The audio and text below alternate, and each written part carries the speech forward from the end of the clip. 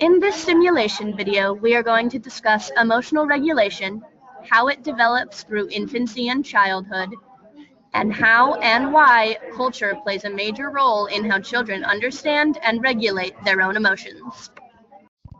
According to the textbook, emotional regulation is defined as the capacity to control emotions and to adjust emotional arousal to an appropriate level of intensity to achieve one's aims. This includes management of feelings, psychological reactions associated with those feelings, our emotion-related cognitions, such as thoughts about how the situation providing the emotion should have been interpreted, and our emotion-related behavior, such as facial expressions.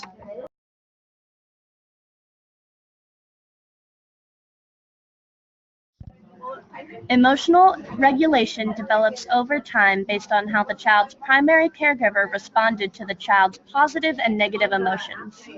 At around 6 months old, babies can begin to regulate their negative emotions by turning away from unpleasant stimuli or relying on comfort objects such as a pacifier or a blanket. The textbook states that children learn to regulate negative emotions faster than positive emotions because parents are much quicker to regulate their child's negative emotions, so children develop their own coping mechanisms much sooner. At 6 months, children are already learning to restrict their emotions to positive ones because caregivers mainly display positive emotions during play and pay attention to signs of interest or excitement while paying less attention to signs of negative emotions. By the age of 1, children have developed strategies such as rocking, chewing objects, or moving away from the person or the thing that's causing them stress. They've developed more autonomy and independence in how they regulate themselves. By age 2, children have a far greater ability to manipulate the person or thing distressing them, such as ripping off the tag of a shirt that bothers them.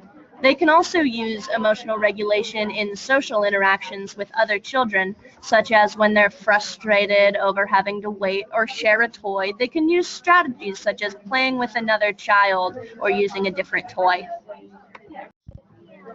By age 3 to 5, children begin to use language to develop cognitive strategies for emotional regulation.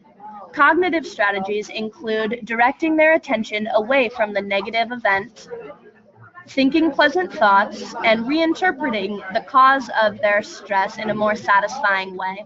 Another cognitive strategy children develop at this time is the ability to lie. Culture plays a big factor in how children learn and adopt cognitive strategies that align with that cultural's emotional display rules.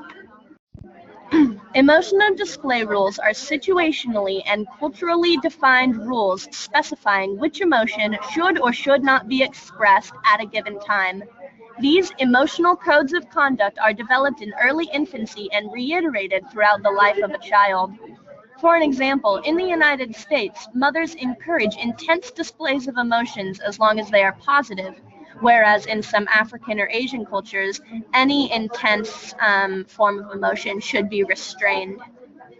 These emotional display rules are totally reliant on race, sex, age, and culture. A good example is how males versus females are parented in the United States. In the US culture, girls are told to be good and to act nice and are thus more likely to follow rules and be submissive, whereas boys are more encouraged to be externally expressive and they tend to have more rule-breaking behavior.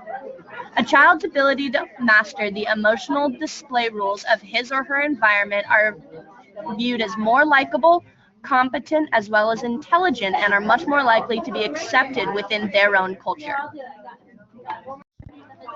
Thank you so much for listening. We hope you learned a little bit about emotional regulation as well as how it's displayed and varied throughout cultures.